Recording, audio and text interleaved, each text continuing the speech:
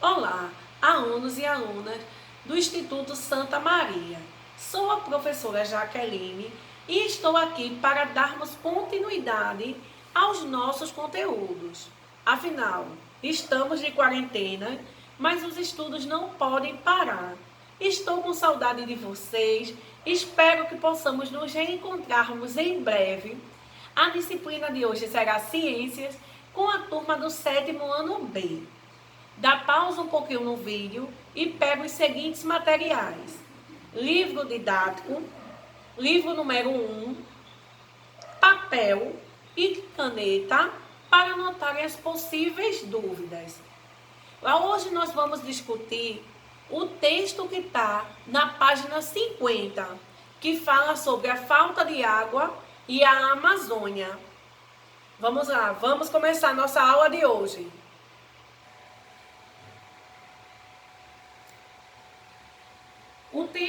O tema do nosso texto, que está localizado na página 50 do nosso livro 1 didático.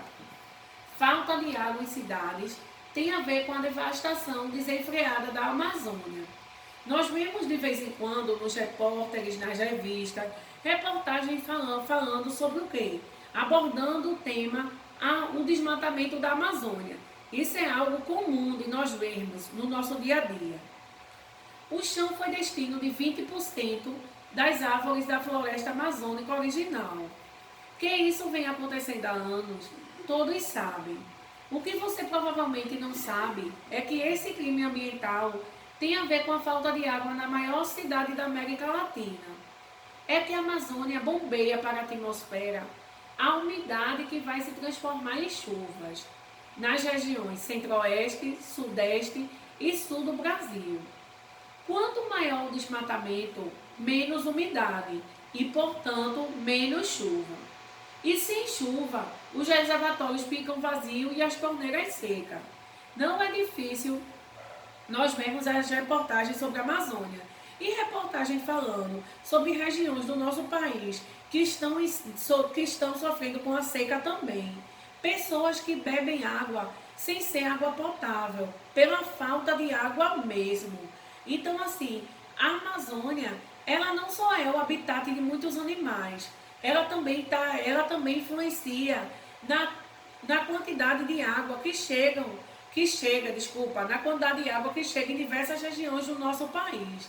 Então, ou seja, quanto mais se aumenta o desmatamento, mais aumenta a quantidade de animais que podem chegar em extinção, porque vão ficar sem habitat e vão ter que procurar outro habitat. E nessa procura podem chegar a morrer, podem chegar espécies a chegar em extinção. Não só isso, mas também aumenta o fator desmatamento. Também aumenta o fator falta de água. Quanto maior o desmatamento, maior é a falta de água. Mas de onde vem tanta água? Como funciona a fantástica máquina biológica que faz chover? Segundo os cientistas, o toque final cabe às árvores, fincada a até 20 ou 30 metros de profundidade. As raízes sugam a água da terra. Os troncos funcionam como tubos. E, pela transpiração, as folhas se encarregam de espalhar a umidade pela atmosfera. Diariamente, cada árvore amazônica bombeia 500 litros de água. A Amazônia inteira é responsável por levar 20 bilhões de toneladas de água por dia até a atmosfera. 3 bilhões de toneladas a mais do que a vazão diária do Amazonas, do rio Amazonas, né, gente? O maior rio do mundo. Então, dá aí para a gente ter uma noção de como a floresta amazônica ela é importante, não é verdade, gente? Olha o que os números dizem. 3 bilhões de toneladas a mais do que o rio Amazonas, que é o maior rio do mundo. Testes feitos em laboratório comprovaram mais da metade da água das chuvas nas regiões centro-oeste, sudeste e sul do Brasil e também na Bolívia, no Paraguai, na Argentina e até no extremo sul do Chile, vem da Amazônia. Os pesquisadores não têm dúvida. Sem a Amazônia, os estados de Minas Gerais, São Paulo Rio de Janeiro, Paraná, Rio Grande do Sul, fatalmente seriam desertos também.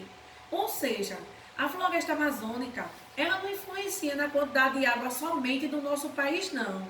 Ela influencia na quantidade de chuva também, na quantidade de chuva, de água de outros países, como a Bolívia, o Paraguai, a Argentina, o Uruguai e até no extremo sul do Chile. Vamos agora responder algumas questões que vem aí no livro didático de vocês. A primeira questão é: como a Amazônia influencia a quantidade de água nas cidades citadas? As árvores da Amazônia bombeiam para a atmosfera a umidade, que vai se transformar em chuvas, nas regiões centro-oeste, sudeste e sul do Brasil. Quanto maior o desmatamento, menos umidade e, portanto, menos chuva. E sem chuva, os reservatórios ficam vazios e as torneiras secas. E assim a população sofre, né, gente, com a falta de água. Como as árvores mantêm a umidade do ar? As raízes profundas, raízes essas que, segundo o texto, podem ir de 6 até 8, raízes essas que, segundo o texto, podem ir de 20 até 30 metros de profundidade, sugam a água da terra. Os troncos funcionam como tubos e, pela transpiração, as folhas se carregam de espalhar a umidade na atmosfera.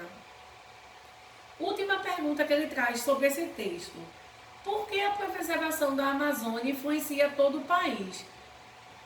A gente viu no texto que ela pode influenciar tanto o nosso país quanto também outros países, mas a questão pergunta: influencia todo o país.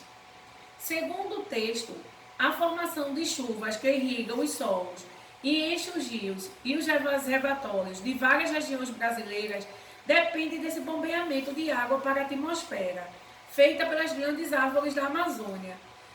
Volto a repetir, não só o nosso país, mas também países como o Paraguai, como o Uruguai, como o sul do Chile.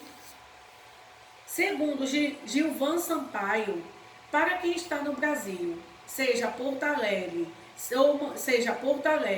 ou Manaus ou São Paulo, tem que saber que a água que consome em sua residência, uma parte dela vem da Amazônia e por isso temos que preservar. Temos que preservar a Amazônia por inúmeros fatores, pela quantidade de animais e vegetais que ela abriga, pela quantidade também que ela influencia na quantidade de água nas cidades e principalmente no nosso país. Então, assim, temos que procurar preservar através de quê? Através de políticas públicas que defendam a preservação da Amazônia e também podemos fazer a nossa parte, preservando também a água. Até mais, gente. Estou com saudades.